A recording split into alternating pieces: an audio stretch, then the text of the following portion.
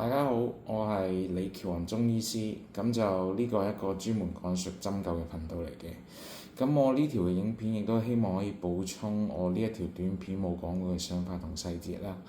跟住之後，我會喺片入邊會講述究竟我覺得患者係出現咗乜嘢嘅問題，就我嘅選穴嘅思路係咩，咁就乜嘢係動氣針法，乜嘢係牽引針法。同埋最後回顧究竟點樣去做得再好啲嘅，咁就大家睇個短片先。你係點樣整親㗎？有晚好似瞓歪頸之後呢，就右手麻痹啦，然後呢，就另右邊呢頸呢就擰唔係好到，而且又劇痛喎。係，咁你用咗咩方法去治療㗎？試過做過啲衝擊波啊，又試過按摩啊，又試過正骨啊，但係好似情況唔係好大改善咯。咁你呢個時間維持咗幾多個月啊？都成2個月啦。係，咁你而家嘅症狀大概仲有啲咩呢？仲有啊，都係鼻痛啦，同埋個喐動上咧，好似好僵硬咯。片中患者壓頂試驗陽性，手指嘅麻痹係頸源性導致嘅，但係觸診頸椎嘅錯位唔算嚴重，可能之前正骨已經解決咗錯位嘅問題。但係回顧病史，患者嘅諸症一切都係由一日嘅頸部肌肉僵硬所導致嘅。而患者出現嘅麻痹嘅路徑同大腸經一致，無論係頸部疼痛嘅位置同埋食指都係隸屬於大腸經。而大腸經喺頸部位置較少直接推拿，自發以放鬆大腸經循行嘅頸部肌肉為主，疏通大腸經循行喺食指嘅氣血為輔。選穴方面主要係大腸經嘅腧穴、玉背穴同埋頸部嘅喘息區。持針就取用象徵手指嘅根卦同埋象徵大腸經嘅乾卦。係。經過頭先針一輪之後呢，原先係成隻手指頭呢都係好脹啊，感覺好差嘅個接觸面個感覺。經過而家針完之後呢，呢度個面呢就感覺翻嚟啦，啲半截指呢都有翻啲脹啊，咁即係個感覺到咯嚇。好啦，而家針完啦，你而家有乜嘢改善咗啊？覺得個頸嘅擰頭幅度啊，就多咗好多啦，同埋之前擰右邊咧會有好大痛楚啊，而家就已經好翻80%以上啦，咁樣咯。好，咁個手部同手指而家大概點啊？都有好大改善啊！如果係成呢節手指咧咁多係鼻嘅位嘅，而家得翻可能呢度位係鼻咯。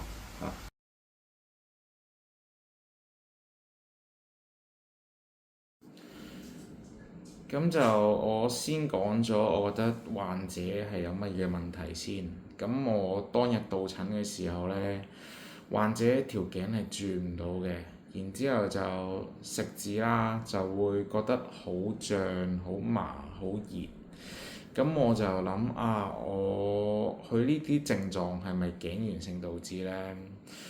就我做咗擠壓試驗嘅，咁就擠壓嘅時候啦，佢嗰個食指嘅嗰個麻木嘅嗰個感覺係會加重，而患者本身亦都同我講，佢向右側屈嘅時候呢，嗰個症狀會加重得好明顯。咁就初步就認為其實係頸嘅原因係導致佢嗰個手指係麻痹啦。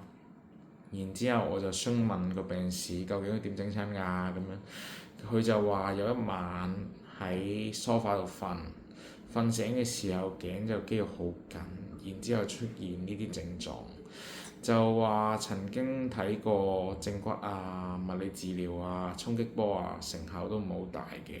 咁就唯一覺得有效就係去做牽引嘅時候呢，佢就會覺得嗰個食指嗰個感覺係會短暫可以回復咁樣。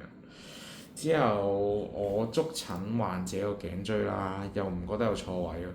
就應該佢做正骨嘅時候已經幫咗佢復咗位㗎啦。咁我再問啊，究竟你嗰個頸部肌肉緊張係邊個頸部肌肉緊張啊？佢指向前斜角肌嘅位置嘅，咁我就嗰一刻就諗啊，其實會唔會係因為佢前邊呢啲位咧，無論推拿又好啦，或者係嗰啲衝擊波都好啦，都比較少會直接喺呢度去落手啊，因為佢嗰啲大動脈就喺晒呢度啊。咁就所以我就覺得其實係佢前邊啲肌肉未鬆解，導致佢嗰個麻木嘅症狀。咁因為佢係食指同埋頸前邊啊，佢全部都係手陽明大腸經嘅循行位置嚟嘅，所以我就用手陽明大腸經嘅穴位去幫佢治療咁樣。咁選穴嘅思路咧，咁我就用咗手陽明大腸經嘅三間穴啦、合谷穴啦同埋陽溪穴。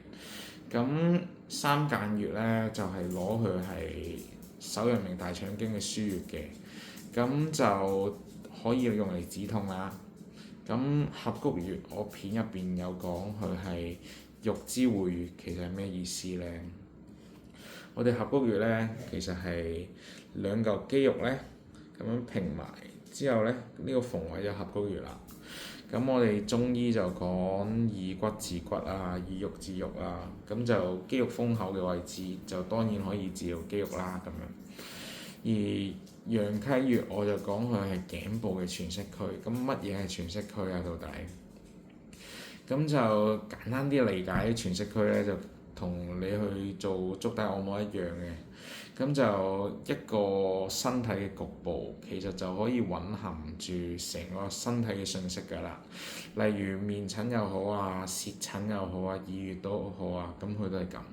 咁只不過我係用一個手嘅全息區。咁呢度我哋隻手啦，咁就呢度咧就有我哋嘅頭嘅嗰個信息，而我哋陽溪穴咧就喺度。咁就佢可以對應住頸部啦咁樣，而佢同經三個穴合用咧，就可以加強個療效。咁就呢個係董氏嘅倒馬針法嚟嘅。咁而到底乜嘢係動氣針法啊？咁就其實係選取住有治療效果穴位之後，叫患者有意識咁樣感受患處，甚至活動患處啦。就等佢個氣聚咗喺個患處之後，你再配合你嘅針灸嘅嗰個手法去治療咁樣。舉個例子，就我頸痛啦，當呢度咁樣。之後就我話合谷穴有用啊嘛，咁我就針合谷穴咯喎。針咗之後，叫患者試下喐下條頸。阿醫生都仲未好得啊。咁你呢個時候，佢個意識喺呢個位，你佢如果虛靜用補法啦，實靜用瀉法啦咁樣，之後做少少手法，佢就會慢慢鬆解到嗰個病灶嘅。咁就牽引針法係咩咧？咁就如果齋靠動氣針法都完全未能消除到嗰個病灶嘅話咧，咁佢就喺患側遠端嘅地方就再拮一針。係啦，譬如我咁樣啦，喐完都仲爭少少喎咁樣，之後就喺呢邊嘅合谷穴再拮一針，之後就同時點轉你嘅針，咁就佢就嗰個病灶就會隨住你同時點轉，好似拉開咁樣，咁就呢個就叫做牽引針法。咁詳細就可以睇劉鴻雲老師講解嘅，咁呢個都係董氏嘅針法嚟嘅，咁佢講解得會再仔細啲。咁對我嚟講啦，佢嗰個原理咧，佢嗰個疏通氣機嘅能力好似幾好，所以我都中意用呢個牽引又好啊，或者係動氣針法，就唔止醫痛症嘅氣滯嘅症狀我都會用，即係譬如皮悶啊、積食啊，我都試過去利用牽引針法去治療嘅。就譬如胃脹啦，咁我就會用上腕穴啊同埋水分穴，跟住同時去捏轉佢。佢係好多患者都係好快鬆解到，咁就比起淨係中腕穴瀉法嗰個效果會更加好。所以我都覺得其實牽引針法嗰個用法啊，比想像中更加廣泛。咁第日如果有更多例子，我會再同大家分享啦。咁到而家回顧，我究竟可以做乜嘢可以再做好啲呢？咁就其實我可以再配合用埋足陽明胃經同埋督脈嘅穴位嘅。咁佢的確係鬆解到啦，但係佢其實咁耐冇喐到，佢可能頸內部啲肌肉咧仲係未完全去鬆解晒嘅咁樣。